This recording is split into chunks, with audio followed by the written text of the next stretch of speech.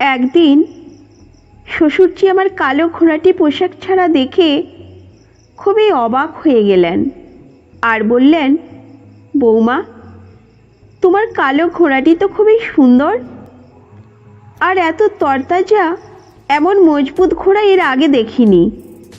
এবং বললেন, বৌমা, তোমার ঘোড়াটি একবার চড়তে পারি? আমি বললাম, আপনি চড়তে পারবেন না। ঘোড়াটি রেগে গেলে আপনার ছেলে ঠিক করতে পারত না, আর আপনি তো বয়স্ক মানুষ।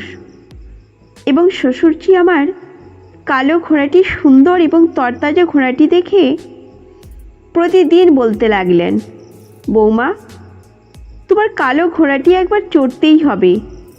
তারপর আমি রাজি হয়ে শ্বশুরজিকে স্টোর রুমে নিয়ে গিয়ে ঘোড়ার বাঁধন খুলে দিয়ে আমার কালো ঘোড়াটির উপর চাপিয়ে দিলাম।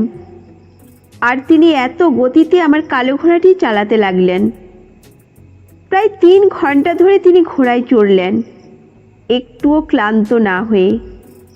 আপনারা সেইটা শুনলে অবাক হয়ে যাবেন। হ্যালো বন্ধুরা, আমি রাগিনী। আমি এক পাহাড়ি এলাকার মেয়ে, আর আমার গায়ের রং খুব ফর্সা। আমার সৌন্দর্য এমন যে কোনো মানুষ একবার দেখলেই মুগ্ধ হয়ে যেত। আমাদের বাড়ি খুবই গরিব হলেও প্রতিদিনেই বিয়ের প্রস্তাব আসতো। তবে আমি পড়াশোনা করতে চেয়েছিলাম, তাই সব প্রস্তাব ফিরিয়ে দিতাম।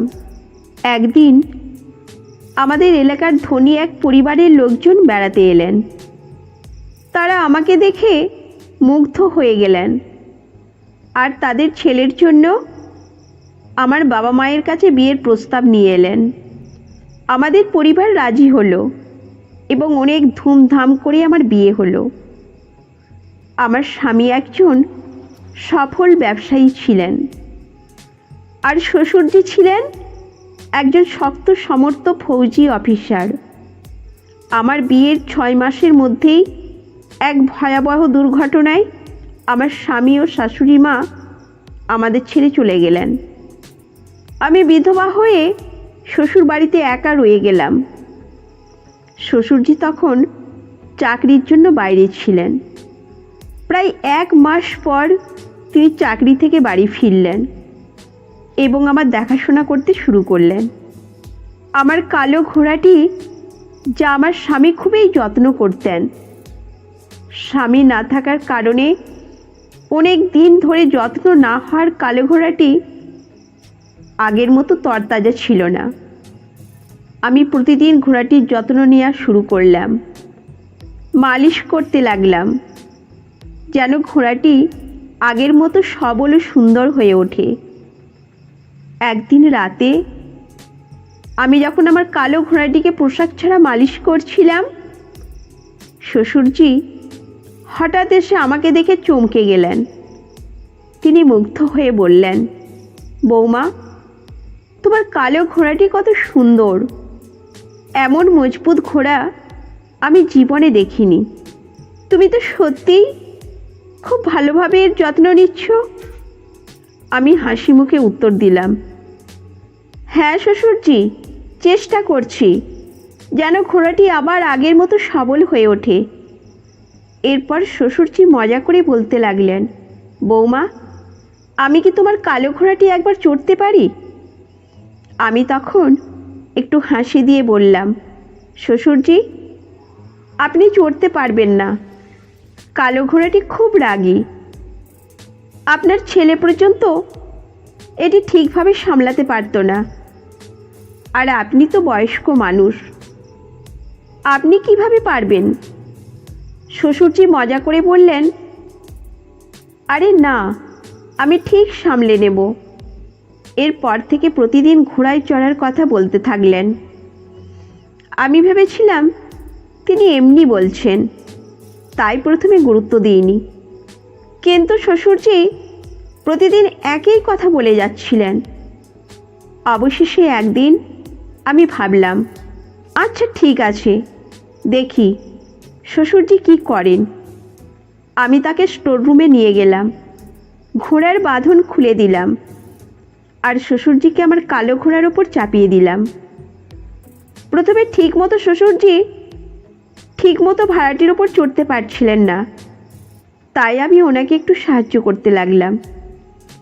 তারপর দ্বিতীয়বার শ্বশুরজি ঘোড়াটির ওপর চড়লেন এবং শ্বশুরজি এত দ্রুত চালাতে লাগলেন যে আমি তো অবাক। প্রায় 3 ঘন্টা ধরে তিনি ঘোড়ায় চড়লেন, একটুও ক্লান্ত না হয়ে। তার সাহস আর দক্ষতা দেখে আমি সত্যিই মুগ্ধ হলাম। তিনি এত ভালোভাবে আমার কালো ঘোড়াটিকে সামলাতে পারলেন যে আমি নিজের চোখকে বিশ্বাস করতে পারছিলাম না। এরপর থেকে শ্বশুরজি প্রতিদিন 2-3 বার কালো ঘোড়াটিতে চড়তে শুরু করলেন।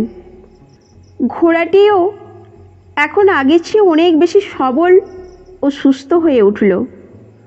প্রতিদিন শ্বশুরজি ঘোড়াটির যত্ন নিতেন, মালিশ করতেন, আর আমি তাকে সাহায্য করতাম।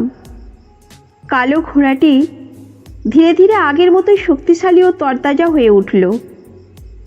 আমরা দুজনেই খুব খুশি হলাম, কারণ আমার কালো ঘোড়াটি আবার আগের মতো প্রাণবন্ত হয়ে গেছে। শ্বশুরজির এই নতুন কাজ আমাদের দুজনের জন্যই অনেকটা আনন্দের উৎস হয়ে উঠল। ঘোড়াটি যত ভালোভাবে তাকে দৌড় করানো হতো, ততই সে শক্তিশালী ও সুস্থ হয়ে থাকত। শ্বশুরজি যেন ঘোড়ার সঙ্গে একটি আলাদা সম্পর্ক গড়ে তুললেন। প্রতিদিন তার যত্ন নেওয়ার মাধ্যমে আমি শ্বশুরজির প্রতি কৃতজ্ঞ ছিলাম, কারণ তার এই সহযোগিতা এবং যত্নের ফলে আমার কালো ঘোড়াটি আবার আগের মতো হয়ে উঠেছে।